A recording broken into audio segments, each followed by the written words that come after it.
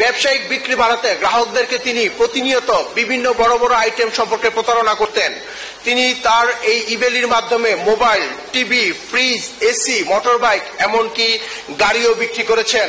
জিজ্ঞাসাবাদে আরো জানা যায়, এহেন পণ্যের মূল্য ছাড়ে ব্যাপক চাহিদা তৈরি হয়। ধীরে ধীরে প্রতিষ্ঠানটির বিশাল আকারের লায়াবিলিটিস তৈরি হয়।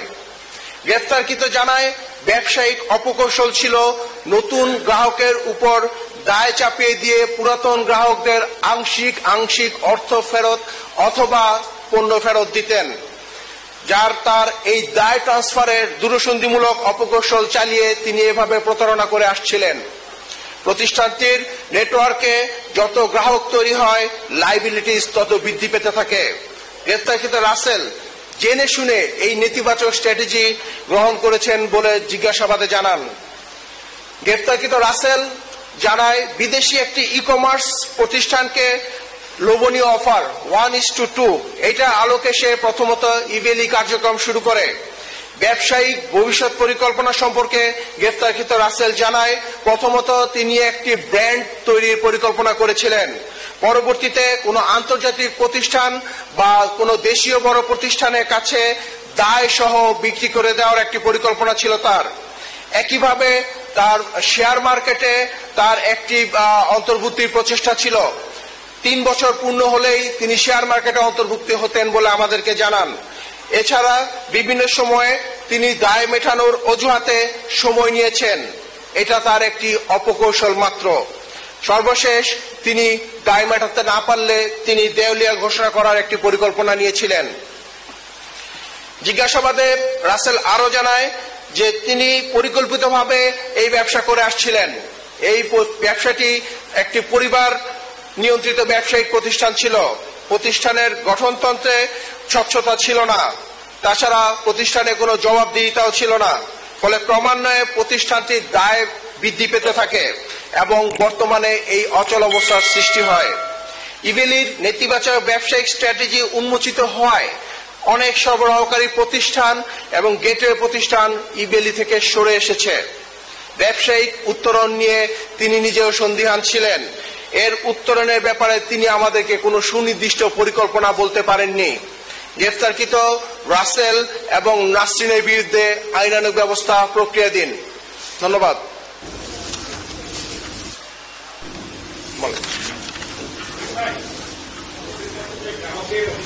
টাকা পাওয়া রয়েছে, এই টাকাগুলোর কি অবস্থা হবে, কিভাবে দেওয়া হবে, গ্রাহকরা কিভাবে পেতে পারে? ধন্যবাদ আপনাকে। আমরা প্রাথমিক জিজ্ঞাসাবাদে যে তথ্যগুলো পেয়েছি এগুলো আজকে আপনাদের সামনে উপস্থাপন করলাম। সেটা হচ্ছে, ইবেলি তার প্রতিষ্ঠা লগ্ন থেকেই একটি লোকসানি প্রতিষ্ঠান ছিল। এখানে গ্রেফতারকৃত রাসেল তার খুব যৎসামান্য, যেটা আমি বলেছি যে তার যে শিশুদের ব্যবহার্য যে প্রতিষ্ঠানটি ছিল, এই প্রতিষ্ঠানটি সে 2017 সালে বিক্রি করে সে মাত্র 1 কোটি টাকা পায়। সে এই যৎসামান্য টাকা দিয়ে সেই ইবেলি কার্যক্রম চালু করে এবং আমি আপনাদেরকে বলেছি যে তার চালু পরবর্তীতে 2000 স্টাফ এবং তার 1300 বিভিন্ন অস্থায়ী স্টাফ সহ তার অফিস খরচ, বিভিন্ন ভাড়া দেওয়া সহ তার প্রায় 5.5 কোটি টাকা তাকে মাসে বহন করতে হয়েছে। এখন পর্যন্ত ইবেলি যে ধরনের ব্যবসায়িক কার্যক্রম পরিচালনা করে আসছে, যে সকল অফার দিয়ে আসছে, তার যে ব্যবসায়িক স্ট্র্যাটেজি ছিল, এখন পর্যন্ত ওনার কোনো লভ্যাংশ উনি পান নাই।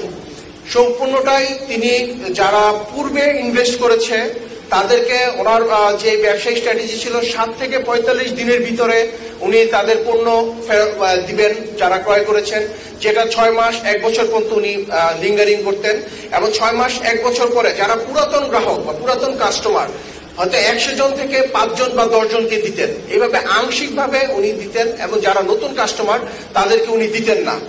সো এইভাবে উনি কন্টিনিউ লোকসানের মাধ্যমে উনি দায় বাড়িয়েছেন। ওনার প্রতিষ্ঠানটি এখন একটি লায়াবিলিটিস মূলধন হিসেবে প্রতিষ্ঠানে পরিণত হয়েছে।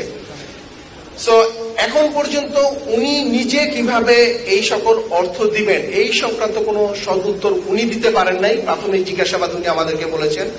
এই সংক্রান্ত আপনারা জানেন যে বেশ কিছু সংস্থা বেশ কিছুদিন যাবৎ পর্যালোচনা করছে তারা বিভিন্ন বিষয়ে তারা কন্টিনিউ মিটিং করছে, সরকারের বিভিন্ন সংস্থা সহ বিভিন্ন সংস্থা, এবং এই ব্যাপারে তারা কিন্তু গণমাধ্যমে বিভিন্ন বিবৃতিও দিয়েছে। আমরা মনে করি যে একটি যেহেতু এখানে গ্রাহকদের কষ্টার্জিত টাকা, গ্রাহকদের যে লব্ধকৃত টাকা তারা প্রতারণা করেছে, আমরা মনে করি বিভিন্ন ব্যবস্থাপনার মাধ্যমে, আইনানুগ প্রক্রিয়ার মাধ্যমে, সুষ্ঠু ব্যবস্থাপনার মাধ্যমে ঠিক নিশ্চয়ই একটি ব্যবস্থাপনা করা হবে। আমি আবারও বলতে চাই, গ্রেফতারকৃত রাসেল আমাদেরকে পরিষ্কারভাবে বলেছেন যে সাম্প্রতিক সময় আপনারা জানেন যে ই কমার্স রিলেটেড একটি নীতিমালাও হয়েছে, এবং যেই নীতিমালার প্রেক্ষিতে তার যেই কারসাজি, সে যেই প্রতারণাটা করে আসছিল মানুষের কাছ থেকে এভাবে অগ্রিম অর্থ নেওয়া, ওনার পক্ষে উনি নিজেও বলেছেন যে এইভাবে ওনার পক্ষে আসলে মানুষের অর্থ বা পণ্য ফিরিয়ে দেওয়া খুব ডিফিকাল্ট। এবং আমরা মনে করি আমাদের আমরা তো মূলত আপনার বলেছি যে আমরা যে অভিযান পরিচালনা করেছি সেটা মূলত একজন ভিকটিমের প্রতারণা ও অর্থ আত্মসাতের যে অভিযোগ করেছেন, এবং থানা থেকেও আমাদেরকে রিকুইজিশন দেওয়া হয়েছে অভিযানের ব্যাপারে। পাশাপাশি আমাদের আইন শৃঙ্খলা বাহিনীকেও মন্ত্রণালয়ের মাধ্যমে বলা হয়েছে ব্যবস্থা, এই প্রেক্ষিতেই করেছি আমরা তাকে আটক করে গ্রেফতার করে আইনানুগ ব্যবস্থা। বাট প্রাথমিক জিজ্ঞাসাবাদে আমরা যে তথ্যগুলো পেয়েছি সেটা আপনাদের সাথে উপস্থাপনা করলাম, এবং ওনার বক্তব্য অনুযায়ী উনি, আপনারা যেটা বলছেন যে উনি কিভাবে টাকা দিবেন, উনি এই ব্যাপারে কোনো সদ উত্তর দিতে পারেননি। যদি সার্বিকভাবে বিভিন্ন সংস্থা মিলে সুষ্ঠু ব্যবস্থাপনার মাধ্যমে এই ধরনের গ্রাহক সংশ্লিষ্টতা যে স্বার্থ, এটা যদি বিবেচনায় নিয়ে যদি বিভিন্ন সংস্থা কাজ করছে তাহলে হয়তো অর্থ পাওয়া সম্ভব।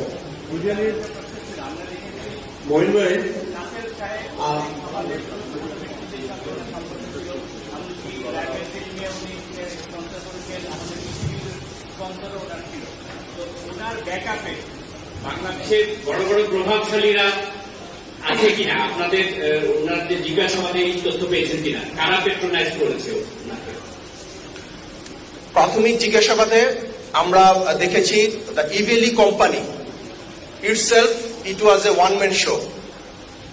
It was মোহাম্মদ রাসেলের বিভিন্ন বিচার বিশ্লেষণ, তার বিবেচনা, এবং তার যে বিভিন্ন কিভাবে কোন অফার দিলে, এই যে আমি যে বিভিন্ন বলেছি যে আর্থকুয়েক অফার, ভূমিকম্প অফার, বা বিভিন্ন যে অফার T10, T5, T3, যখন গ্রাহকরা প্রতারিত হচ্ছিলেন, দীর্ঘদিন যাবৎ তারা মালামাল পণ্য পাচ্ছিলেন না, তিনি তখন হঠাৎ করে একটি অফার ডিক্লেয়ার করলেন যে T10, T7, T5।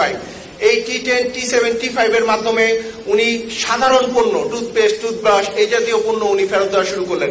ওনার বক্তব্য অনুযায়ী এই ফেব্রুয়ারি পরবর্তী উনি কোনো তেমন খুব একটা বড় পণ্য কোনো গ্রাহককে উনি ফেরত দিতে পারেননি। বিভিন্ন, আপনারা যেটা বলেছেন যে বিভিন্ন মানুষের সাথে তার সুপরিচিতি বা বিভিন্ন জায়গায় তার ইনভেস্টের কথা বলেছেন, বা তিনি যে বিভিন্ন জায়গায় অর্থায়ন বা ইয়ার কথা আপনারা বলেছেন, উনি আমাদেরকে যেটা বলেছে এটা ওনার একটা মার্কেটিং পলিসি ছিল। এটা শুধু ওনার না, ওনার বক্তব্য অনুযায়ী যে কোনো কোম্পানি প্রতিষ্ঠিত হওয়ার জন্য তাদের কিছু মার্কেটিং পলিসি থাকে। তিনি চেয়েছেন ইবেলিকে দক্ষিণ এশিয়াতে এক নামে সবাই চিনবে। উনি একটি মার্কেট ভ্যালু তৈরি করতে চেয়েছেন। উনি চেয়েছেন যে এই মার্কেটের যেটা আমরা বিভিন্ন বড় বড় কোম্পানি করে থাকে, যে মার্কেটিং এর আদলে যে CSR যে অ্যাক্টিভিটিস, তার মাধ্যমে উনি বিভিন্ন জায়গায় স্পন্সর করেছেন, যার মাধ্যমে মানুষজন তাকে চিনেছে। উনি বিভিন্ন জায়গায় প্রচারণা করেছেন।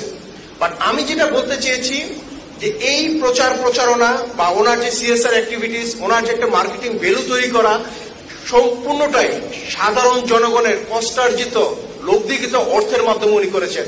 এখানে ওনার লভ্যাংশ একটি যেটা হতো যে উনি যদি কোনো লভ্যাংশ থেকে করতেন তাহলে একটা কথা ছিল, বাট সম্পূর্ণটাই মানুষের অর্থ, যে লব্ধিকৃত অর্থ থেকে উনি এই কাজগুলো করেছেন।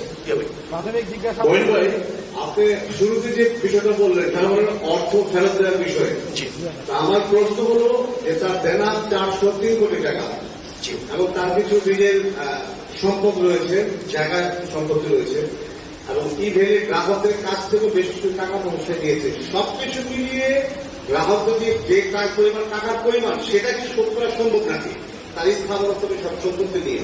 এক।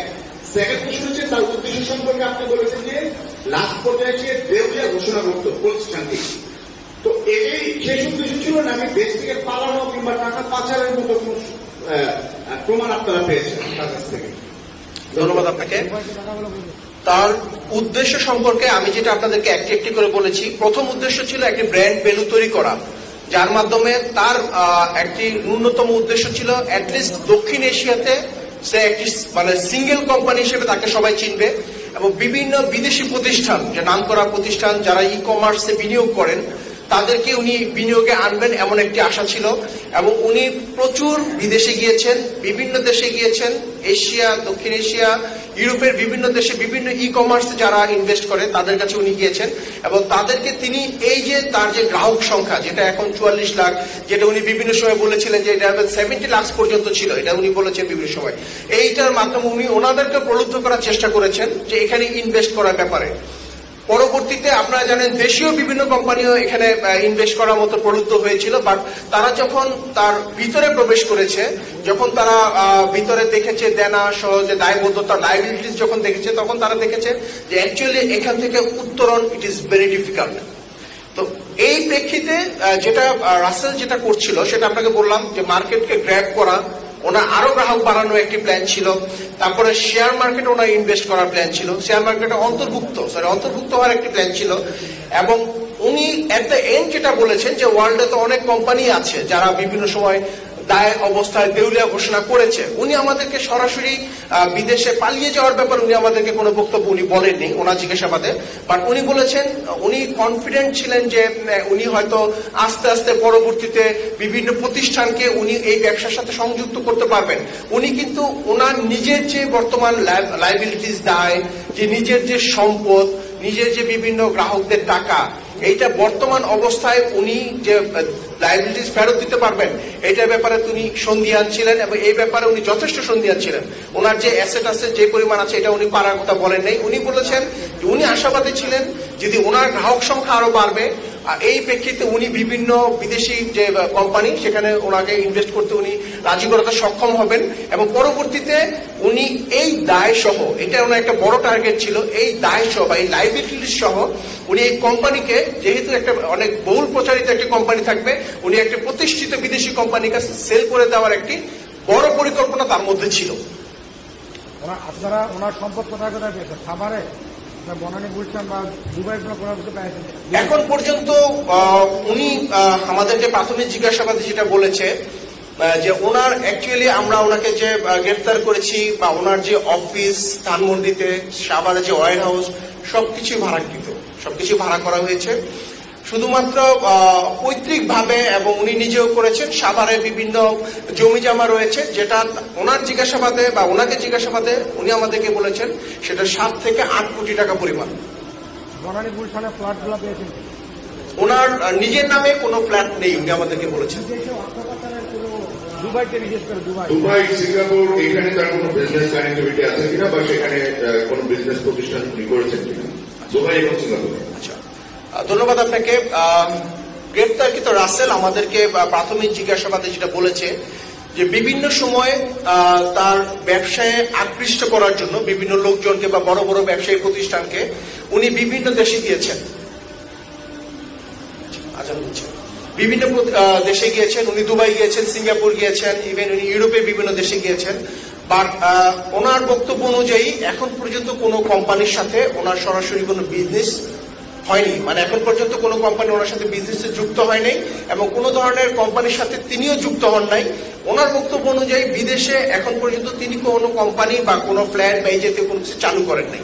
আপনাদের জিজ্ঞাসাবাদে বলেছেন অর্থ পাচার করেছেন, এই বিষয়টা আপনারা কতটুকু পরিমাণ? ধন্যবাদ আপনাকে।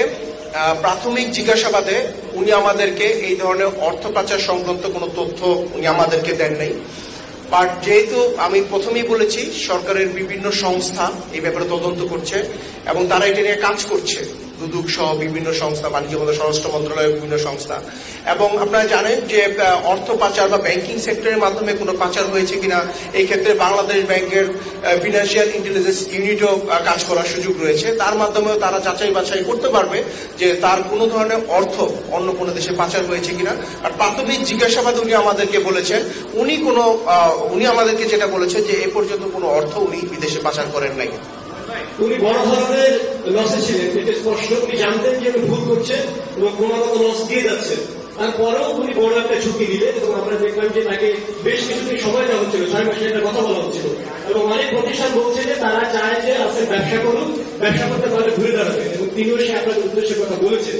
তাকে এতদিন যে সময় দেওয়ার আলোচনাটা ছিল এবং এতদিন আগে কেন তাকে গ্রেফতার করা হলো না, সময়টা কেন দেওয়া হলো, এখন কেন তাকে এই ব্যবস্থাগুলো দেওয়া হলো, যদি একটু বলতেন।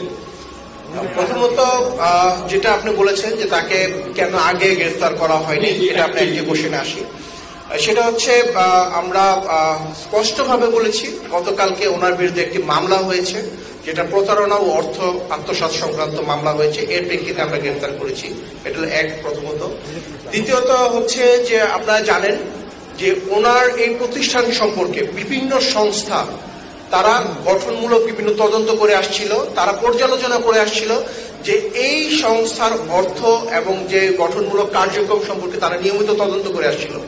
তদন্ত আলোচনা পর্যালোচনা পরবর্তী আপনারা দেখেছেন গত 14ই সেপ্টেম্বর বাণিজ্য মন্ত্রণালয় সরাসরি একটি সুপারিশ করেছে এই সংস্থা সহ বিভিন্ন সংস্থার ব্যাপারে, যে এই সংক্রান্ত যদি কোনো ভুক্তভোগী অভিযোগ করেন, কোনো ভুক্তভোগী মামলা দায়ের করেন বা ভুক্তভোগী কোনো অভিযোগ থাকে, তাহলে আইন শৃঙ্খলা বাহিনীর প্রয়োজনীয় ব্যবস্থা গ্রহণের ব্যাপারে। আপনি বলছেন যে ওনাকে 6 মাস সময় দেওয়া হয়েছে। আমি জানি না ওনাকে কে 6 মাস সময় দিয়েছে। উনি চেয়েছিলেন, উনি সময় চেয়েছিলেন। সেখানে আপনারা বিভিন্ন ভাবে দেখেন বিভিন্ন সংস্থা তার ব্যাপারে বিভিন্ন সময় পর্যালোচনা করেছে, কাজ করেছে। সেখানে তাকে বিভিন্ন সময় দিয়ে তার কাছে তার এই অর্থের এখন কোথায় আছে, সে কোথায় ইনভেস্ট করেছে, কি পরিমাণ অর্থ আছে, এরকম বিভিন্ন কোয়ারিজ তাকে দিয়েছিল। এই কোন কোয়ারিজই তাকে এই সংক্রান্ত বিভিন্ন সময় দিয়েছিল, 21 দিন 7 দিন এরকম বিভিন্ন সময় দিয়েছিল। উনি কিন্তু কোনো ধরনের তথ্য উনি উপস্থাপন করতে পারেন নাই। এই প্রেক্ষিতে যে সকল সংস্থা তদন্ত করে আসছিল তারা মনে করেন, পাশাপাশি দেশের অধিকাংশ জনগণ মনে করেন এটা আরো যত বেশি লিঙ্গারিং হতো বা দীর্ঘায়িত হতো, মানুষ আরো বেশি প্রতারিত হতো। এখন এই মুহূর্তে 19 সময় চাওয়ার পরেও যে আপনারা বলছেন 1 মাস, এই 1 মাসেও কিন্তু ওনার গ্রাফ উপরের দিকে যায় নাই। ওনার এখনো যে লায়াবিলিটিস দায়বদ্ধতা আরো বেড়েছে। আপনারা দেখেন যে একটি তথ্য অনুযায়ী যেটা এসেছে যে ফেব্রুয়ারি পর্যন্ত তার লায়াবিলিটিস ছিল 403 কোটি টাকা বিভিন্ন তথ্য অনুযায়ী, অথচ গতকালকে উনি আমাদেরকে জিজ্ঞাসাবাদ করে উনি আমাদেরকে বলেছেন যে প্রায় 1000 কোটি টাকার দায় বা লায়াবিলিটিস তার রয়েছে। সো আমরা যেটা মনে করি, আইন শৃঙ্খলা বাহিনী পাশাপাশি দেশের আপামর জনগণ অধিকাংশ মানুষই মনে করে বা বিভিন্ন সংস্থা যারা তদন্ত করে যাচ্ছে তারা মনে করে এটা যত লিঙ্গারিং হতো তত মানুষের কষ্ট বাড়তো, মানুষের দায়বদ্ধতা বাড়তো এবং এটা হয়তো আরো ক্ষতি হওয়ার সম্ভাবনা ছিল বলে সাধারণ মানুষ মনে করে। ধন্যবাদ। সংবাদে সারাক্ষণ আপনার পাশে, মেঘনা নিউজ 24 টিভি।